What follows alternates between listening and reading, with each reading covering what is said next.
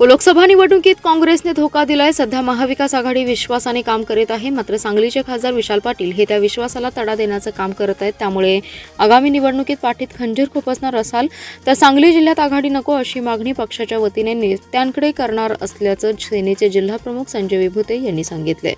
आटपाडीमध्ये खासदार विशाल पाटील यांनी महायुतीत शिवसेना शिंदे गटाचे सुहास बाबर यांना पाठिंबा देऊन आमदार करण्यासाठी प्रयत्न करणार असल्याचं जाहीर केले। या वक्तव्यावर शिवसेनेने आक्षेप घेत खासदार विशाल पाटील यांच्यावर टीका केली आहे। जिल्हाप्रमुख विभुते म्हणाले, खासदार विशाल पाटील यांनी आपल्या मनातील खऱ्या भावना बोलून दाखवल्या आहेत।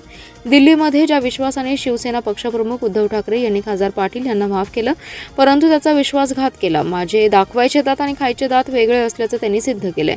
वरिष्ठांकडे जाऊन वेगळी भूमिका मांडायची आणि जिल्ह्यात वेगळी भूमिका घ्यायची हे उद्धव ठाकरे यांना समजावून सांगणार आहे। सांगली जिल्ह्यामध्ये शिवसेनेबाबत विश्वासघात झालाय हे संपूर्ण महाराष्ट्रानं पाहिलंय। यापुढे विधानसभेला काँग्रेसकडून विश्वासघात होणार आहे, त्याचे पूर्ण संकेत खासदार विशाल पाटील यांनी दिलेत। आपला खरा शत्रू भाजप शिंदे गट आहे, त्यांच्याच व्यासपीठावर जाऊन शिंदे गटाला पाठिंबा दिला। आतून एक आणि बाहेरून एक कशाला करायचं? महाविकास आघाडी विश्वासाने काम करत आहे, मात्र सांगलीचे खासदार विशाल पाटील हे त्या विश्वासाला तडा देण्याचं काम करत असल्याचा आरोप जिल्हाप्रमुख संजय विभुते यांनी दिलाय।